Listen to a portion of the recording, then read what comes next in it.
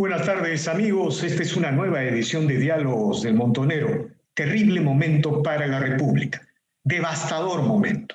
No solamente hay un deterioro de las instituciones, no solamente la antipolítica se impone como lógica y relación entre los actores, no solamente enfrentamos, después de 30 años, una mega recesión sin precedentes que destruye el empleo y aumenta pobreza, sino que el presidente Vizcarra está envuelto en una serie de denuncias que plantean una nueva crisis de gobernabilidad en desarrollo.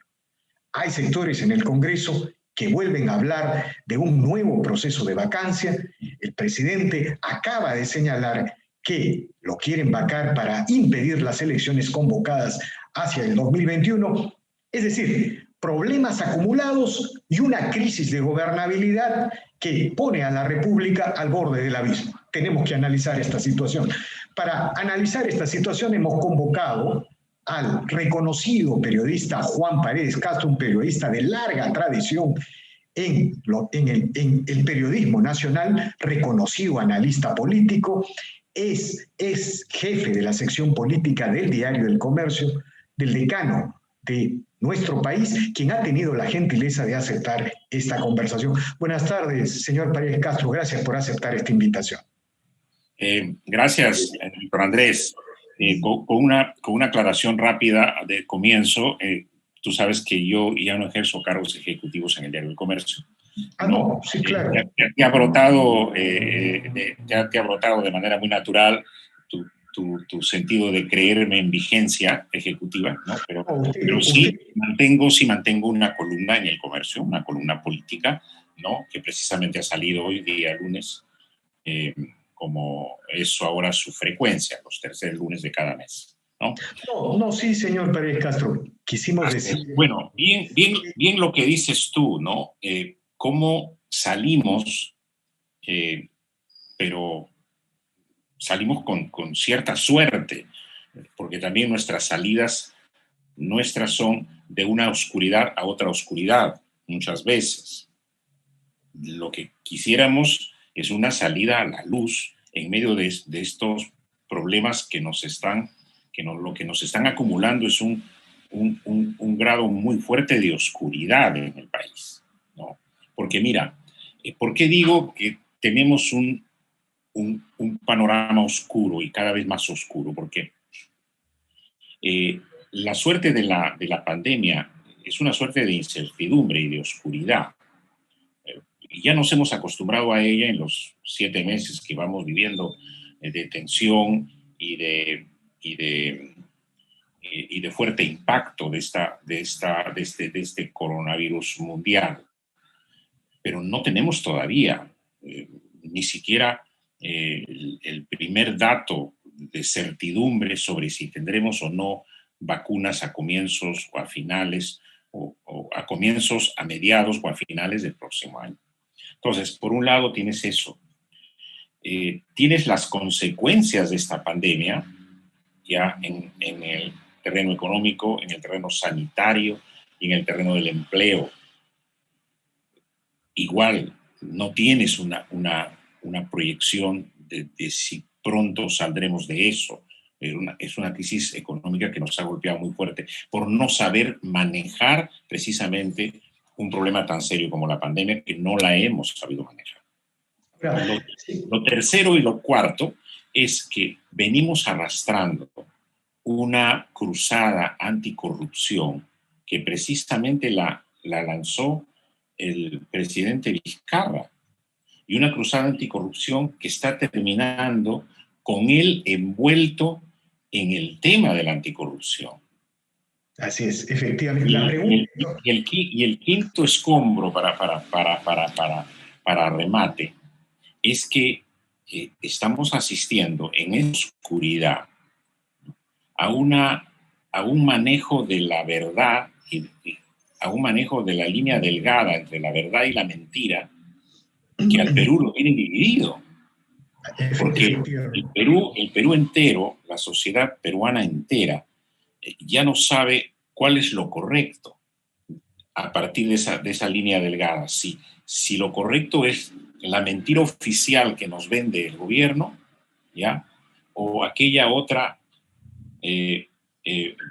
esa otra verdad que no la conocemos, ¿no? O que la conocemos muy de a pocos, como ahora, con cada revelación, y que lógicamente nos desconcierta. Ahora, la pregunta, señor Paredes Castro, es ¿cómo llegamos al 2021 en estas condiciones?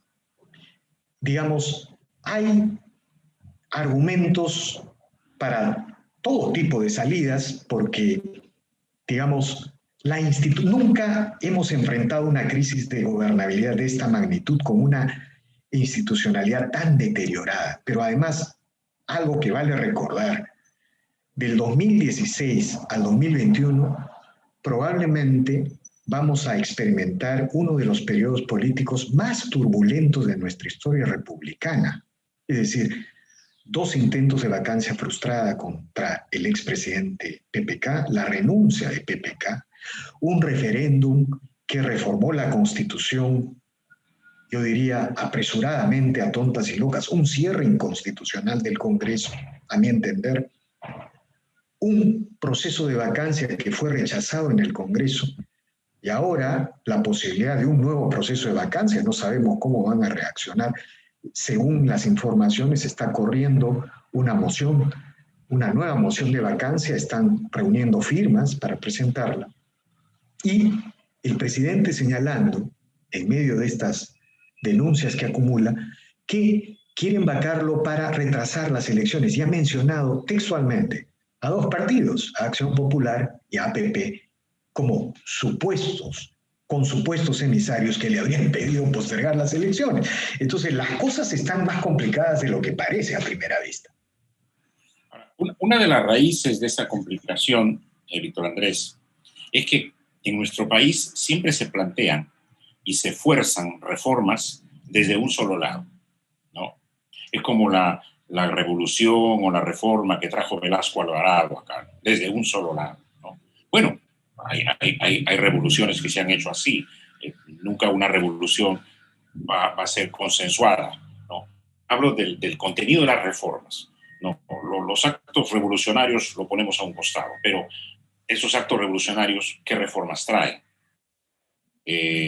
Salir de la dictadura de Franco en España también fue un acto, una presión social muy fuerte, ¿ya? Podríamos llamarlo toda una revolución, como la caída del muro de Berlín, pero luego vienen las reformas.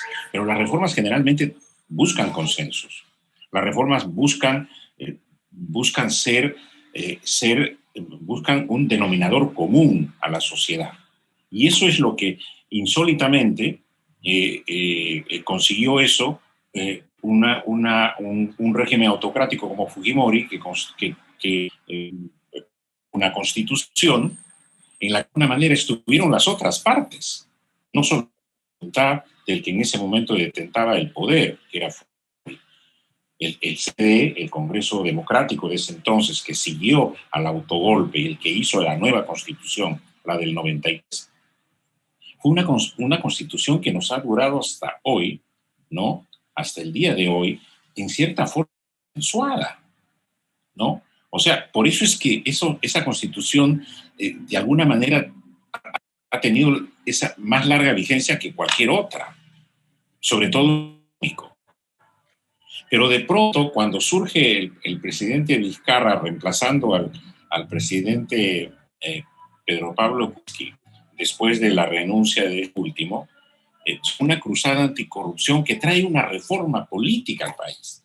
Una reforma política desde su... O se hace o no se hace la reforma política, ¿no? Y arrinconando a un Congreso que terminó siendo, pese a ser cedido en muchas de esas reformas de iniciativa unilateral. O sea, las reformas de iniciativa unilateral siempre van a tener un destino efímero, porque a la corta o a la larga se van a caer. La reforma unilateral, por ejemplo, que suprime la reelección paritaria, que es un tremendo error. La reforma que te suprime o que prácticamente bloquea la posibilidad de volver a una bicameralidad. Es absurdo. Entonces, todo eso creó ¿no? Parte de los escombros y de la oscuridad que estamos viviendo viene de eso, de la insistencia y de la presión de un gobierno amparado por una cruzada anticorrupción, que ahora la conocemos, que no tenía, en el fondo no tenía autoridad, pero que sí la imponía sobre los demás, ¿no? Y que ahora eso nos ha creado un problema muy serio, ¿no? Pero, si yo invocaría la sugerencia, el consejo de Juan Paredes Castro en esta situación, ¿cuál sería la salida, señor Paredes Castro? O sea, a ver, hay una posición que señala que el presidente debe mantenerse en el cargo a pesar de todos los cuestionamientos y el proceso de investigación debe continuar en el Ministerio Público. Pero hay otra posición que señala que a medida que se sigan acumulando estas revelaciones, va a ser insostenible la situación del presidente. Y hay opiniones también mucho más constructivas, no sé cómo llamarlas, quizás algo de wishful thinking, como se dice, ¿no? Que señalan de que se debería convocar a un gabinete de unidad nacional para transitar, entregar el poder a un gabinete nacional para transitar hacia el 2021. ¿Qué deberíamos hacer en este contexto, señor Paredes? América Latina siempre ha tenido problemas con su separación de poderes, porque la separación de poderes nunca ha funcionado. Siempre un poder ha querido imponerse sobre otro o anularlo, ¿no? Cosa que es totalmente un absurdo, pues, ¿no? Porque no puede funcionar una separación de poderes donde el uno quiere anular al otro. Es muy complicado. Lo ideal es lo que, como tú dices, lo ideal es que un presidente termine su mandato en el plazo correcto. Pero ¿qué pasa cuando los mandatos presidenciales se vuelven, por muchas razones, por razones de incapacidad política, de ingobernabilidad o de inmoralidad, de corrupción o a veces de violación a crímenes de derechos humanos? Los regímenes se vuelven insostenibles, ¿no? Entonces, el país tiene que echar mano a sus reservas políticas, lógicamente, y morales. Si hay una reserva como la del Congreso, porque podría no haberlo. ¿Qué pasa cuando una dictadura se vuelve insostenible? La dictadura cae, solamente la dictadura, porque no hay otra cosa más que tenga que caer y no hay otra reserva moral o política que la propia sociedad que hace que el régimen se venga al suelo. Pero aquí tenemos un Congreso, todavía hay una institucionalidad precaria, el Poder Judicial por un lado, la Fiscalía, el Ministerio Público y el Congreso. El Congreso es todavía una reserva política importante para resolver un problema de crisis política. Este Congreso tiene en sus manos la gran responsabilidad y al mismo tiempo grave responsabilidad también, porque de lo que haga o de lo que deje de hacer va a depender la suerte del país. Estamos frente a un presidente envuelto en un escándalo que él niega, que él dice que es una creación artificial de adversarios y de enemigos suyos, pero que las evidencias están ahí, a tal punto que inclusive la prensa que le ha sido de alguna manera, para decirlo menos, complaciente con la cruzada anticorrupción del presidente, quizá más por eso, porque la prédica anticorrupción del presidente ha calado tanto en el país que lógicamente hay muchas personas que pueden haberle creído al presidente, inclusive buena parte de la prensa puede haberle creído al presidente y estar convencida de que efectivamente el presidente tiene razón en su cruzada anticorrupción. Pero ahora esa misma prensa empieza a ver de que el predicador de la anticorrupción también está metido dentro de ella,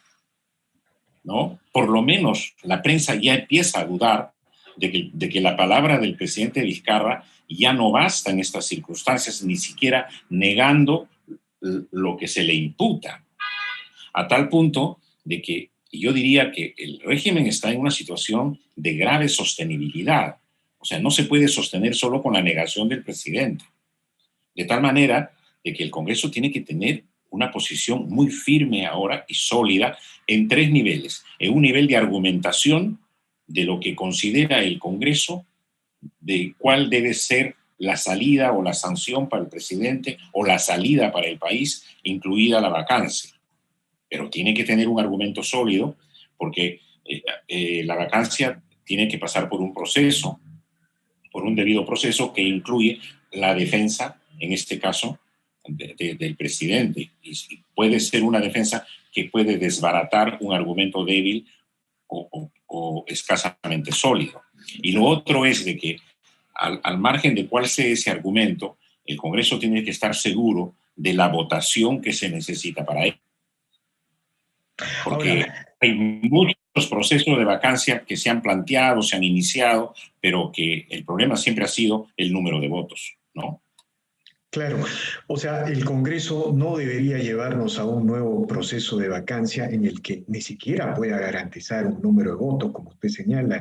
En ese caso, estaría agravando una crisis de gobernabilidad, estaríamos ante un verdadero sainete, la República convertida pero en un claro, sainete, ¿no? Claro. ¿No? Ahora, el Congreso tiene que tener argumentos sólidos para vacar a un presidente, ¿no? No solo tenerlos, sino expresarlos y legitimarlos. Ahora, ¿y usted cómo ve?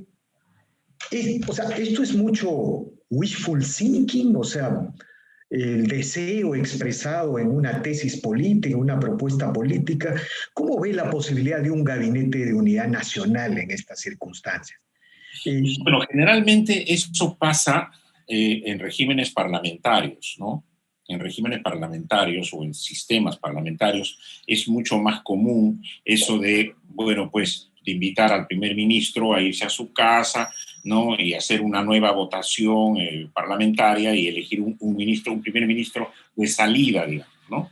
Pero en el presidencialismo nuestro, que es un presidencialismo que yo siempre lo cuestiono mucho, porque es un presidencialismo híbrido que no ha resuelto ni siquiera el propio cargo presidencial, que es muy vulnerable, ¿no? Tiene una presidencia de Consejo de Ministros que tampoco se llama así, ¿no? Es una presidencia de Consejo de Ministros, sí, pero que no es un primer ministro, es una presidencia de Consejo de Ministros que es una coordinadora del gabinete, con poderes que son poderes y no son poderes al mismo tiempo. O sea, tenemos un sistema presidencialista muy complicado como para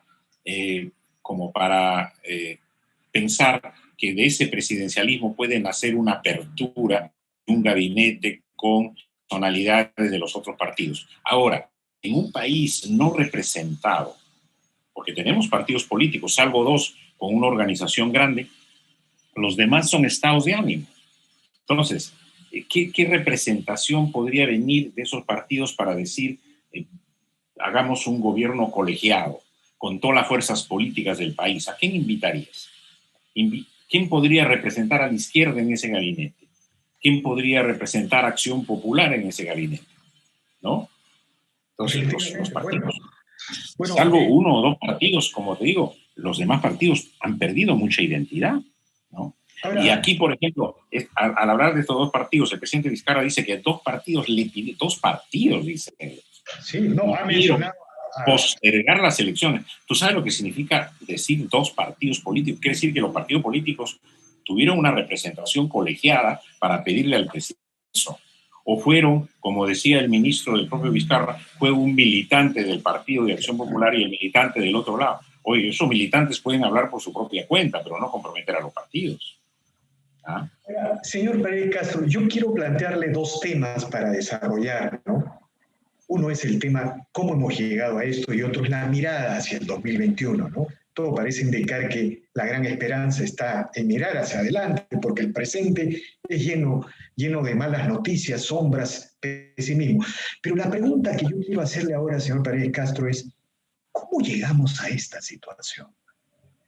Yo recuerdo que en el año 2016 los resultados electorales en el Perú habían llenado de esperanza a todas las fuerzas de América Latina que defienden las libertades políticas, la economía de mercado, en una época en que las cosas se complicaban en Venezuela, se consolidaban en Bolivia, en Ecuador, en una época también incluso en que Chile ya empezaba a construir este interrogante que lo lleva a un plebiscito la próxima, en unos días para cuestionar su constitución. Bueno, Había mucha esperanza en el 2016. Había pasado a la segunda vuelta una derecha popular, Fuerza Popular, y en el Ejecutivo, digamos, también había pasado a la segunda vuelta una derecha tecnocrática más proempresarial, el PP-caucismo. Sin embargo, hemos terminado con la institucionalidad destrozada, con los partidos prácticamente desaparecidos y con el triunfo de la antipolítica.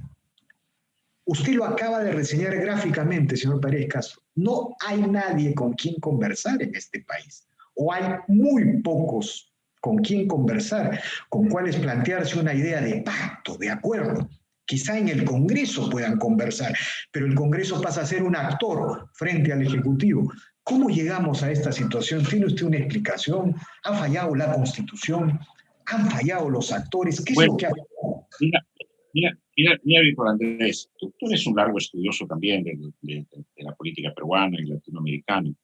Lo que hemos visto nosotros es la tendencia a reemplazar a las clases políticas. Clases políticas que indudablemente le han fallado a la sociedad. Clases políticas también corruptas, ¿eh? No te olvides. Clases políticas, Sí. el peronismo, las clases políticas que han pasado también por acá, ¿no? Políticas muy desconectadas de la sociedad. Entonces, esa tendencia de querer reemplazar a las clases políticas llevó a simplemente tener autoritarismos, ¿no? Entonces, la única forma de desaparecer a la clase política peruana, bueno, el velasquismo. ¿Qué cosa era? Autoritarismo o dictadura pura y dura. ¿Y dónde está la construcción de la nueva sociedad política? No la pudieron hacer, ¿no? El señor Hugo Chávez destruyó también a la clase política venezolana, la volvió en escombros y construyó su autoritarismo propio. Entonces, acá se destruyen las clases políticas para crear autoritarismos. Y autoritarismos que no te reconstruyen ninguna nueva clase política. El señor Vizcarra entró también a derrumbar a la clase política, bueno, lógicamente con razones digamos, amparadas en la corrupción y todas esas cosas, pero el objetivo central parece haber estado también en destruir las clases políticas vigentes, ¿no? El problema que yo vi, no sé si me equivoque, pero tengo yo un razonamiento. Cuando se descubre la coima de Alejandro Toledo, que viene a ser un impacto muy fuerte en muchos sectores que acompañaron a Toledo en sus 5 años, y Toledo fue pues prácticamente el primer presidente después de la transición de Paniagua y del fujimorismo, ¿no? Prácticamente en él se concentraron las esperanzas de lo que siempre se cree, pues, ¿no? La reconstrucción institucional del país.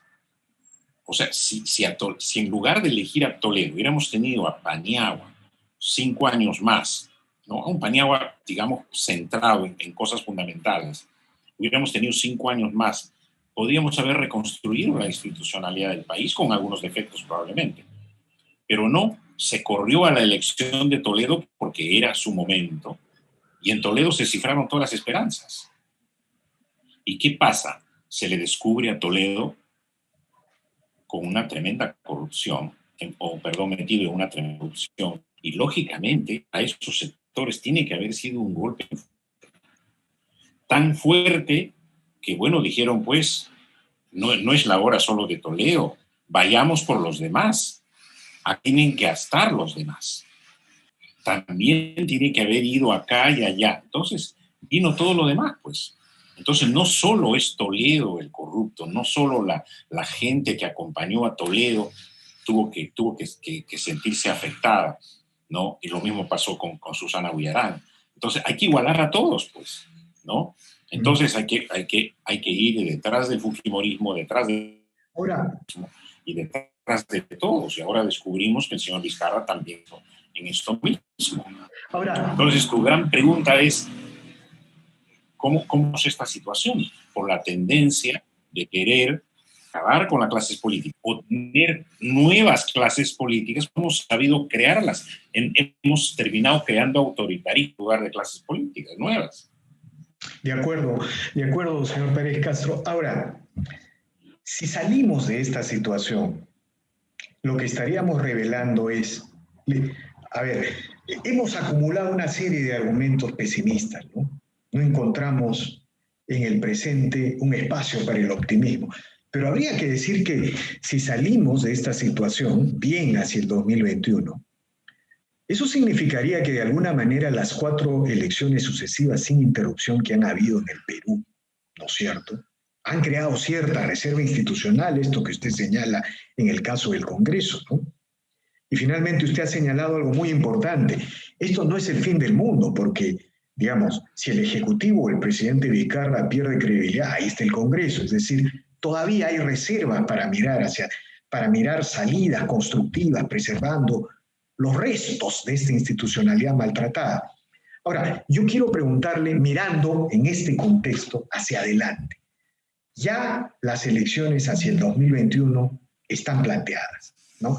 Hay algunas características es, la mayoría de los candidatos son personalidades, son personalidades, son personalidades que ingresan a la política no con partidos construidos durante largo tiempo, no con colectividades, no con programas, pero hay personalidades interesantes, ¿no? Como Roque Benavides, el señor Sillones, Hernando de Soto, en fin, hay el señor Rafael López Alea, hay personalidades interesantes, pero la otra cosa es que todo parece indicar que la mayoría de personalidades son de centro derecha. ¿Cómo usted observa las elecciones hasta el 2021? ¿Qué le inspira? ¿Qué sentimiento desata para usted tal como se está desarrollando el proceso electoral?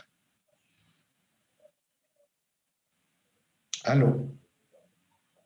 Bueno, acá hay 2 cosas que nos pueden sostener, ¿no? Hay 2 cosas que nos pueden sostener. ¿Me escucha bien? Sí, estamos bien, señor Faye. ¿Se me escucha bien? Sí, estamos bien. Hay 2 cosas. No, por precaria que sea, tenemos una democracia, ya. Por ratos mucho más nominal que real, porque no tenemos pues separación de poderes como debiera ser, pero tenemos una democracia. Esa democracia que la defendemos de alguna manera, nos permite llegar a elecciones siguientes.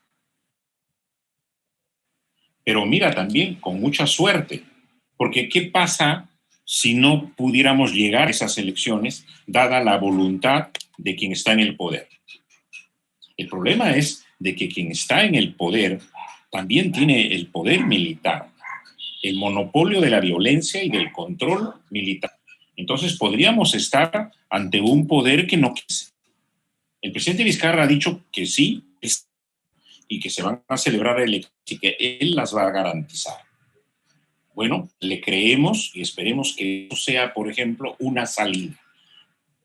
Inclusive el disminuido, insostenible en su función, insostenible, puede ser de alguna manera un florero de decoración hasta abril del 20 para celebrar elecciones. En el caso de que el Congreso no tenga la firmeza argumental y de votación para vacarlo, ¿no? Y razones que le pueden faltar. Lo otro es que tenemos, como siempre, esa clase política. Ahora no es la clase política tradicional, hay una nueva clase política, hay partidos, por ejemplo, como el APRA, que ya no están en carrera, o que podrían estar en carrera, pero disminuidos. El PPC, que no ha podido hacer una alianza real y con el PP. Pero el partido como Acción Popular, ¿no? Rasgos y con posiciones internas muy complicadas, pero es un partido que con todas las complicaciones internas que tiene, Acción Popular ha tenido una buena votación en la última elección y tiene una presencia importante, incluso determinante en el actual Congreso. Lo mismo pasa con el partido Alianza para el Progreso del señor Acuña, ¿no? Que es un partido muy bien organizado y que tiene también una votación y una representación importante. Partidos que han sorprendido en los últimos tiempos, como el partido del FREPAP, ¿no?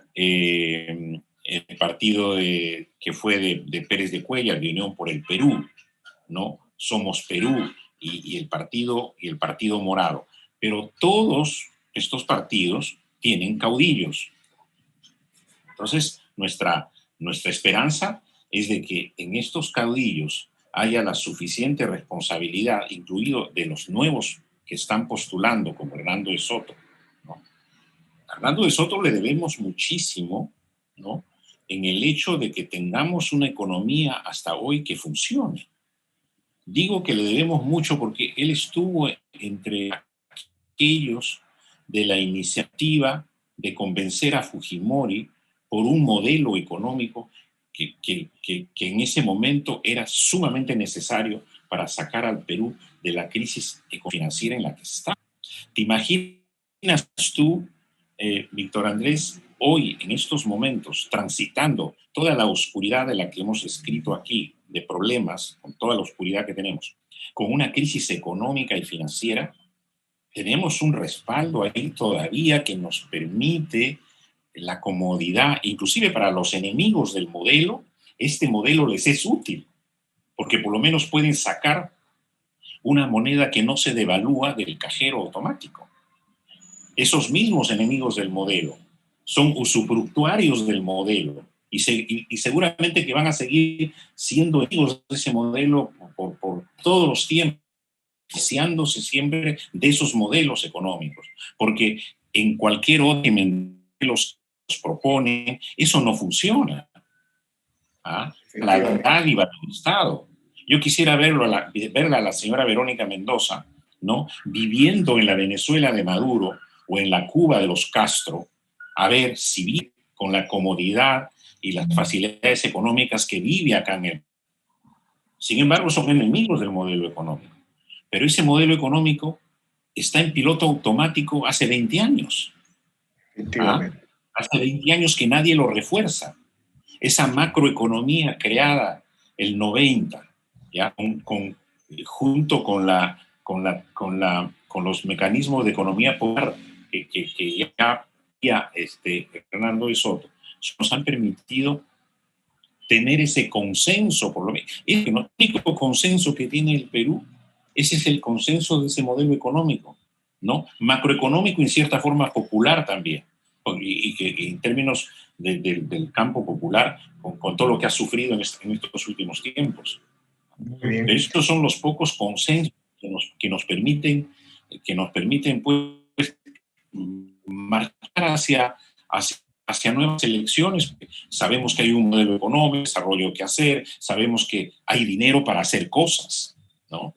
Y lo que quisiéramos de estos nuevos candidatos, de los cuales tú me invitas a hablar por cada uno de ellos, nos pasaríamos toda la tarde, creo yo, pero que creo yo que todas son figuras respetables, ¿no? En este país no debemos discriminar a nadie, no debemos discriminar, porque conociendo lo diabólico que es el Perú electoral, ¿no? Estos demonios que se esconden en el voto popular, nunca sabes lo que va a pasar con un candidato. ¿Ya? Tan puede resultar hundido como puede resultar empoderado, ¿ya? Así que no discriminemos a nadie. Lo que sí me parece poco responsable es que algunos aparezcan tan fácilmente en los primeros planos de las candidaturas sin ninguna propuesta ni sustento para el país. Eso sí me parece poco responsable, que haya candidaturas que no hayan forjado, ¿no?, propuestas o que no tengan una señal de conexión madura y responsable con el país. Muy bien, señor Paredes Castro, infinitamente agradecido por este revelador diálogo, por esta interesante conversación. Momentos terribles para la República. Gracias a ti, Víctor Andrés, también por tu. No, gracias a usted, señor Paredes. Y abrirme este espacio. No, un honor. Bueno, me equivoqué al principio, creo que dije jefe en funciones, pero usted es el ex jefe de la sección política histórica del diario El Comercio, del decano. Gracias. Muy bien. Gracias. Bien, amigos. Gracias, Andrés. Hasta pronto. Hasta luego. Un gusto verte. Un gusto verte. De igual manera. Bien, amigos, esta ha sido una nueva edición de Diálogos del Montonero. Regresamos en la siguiente edición. Gracias.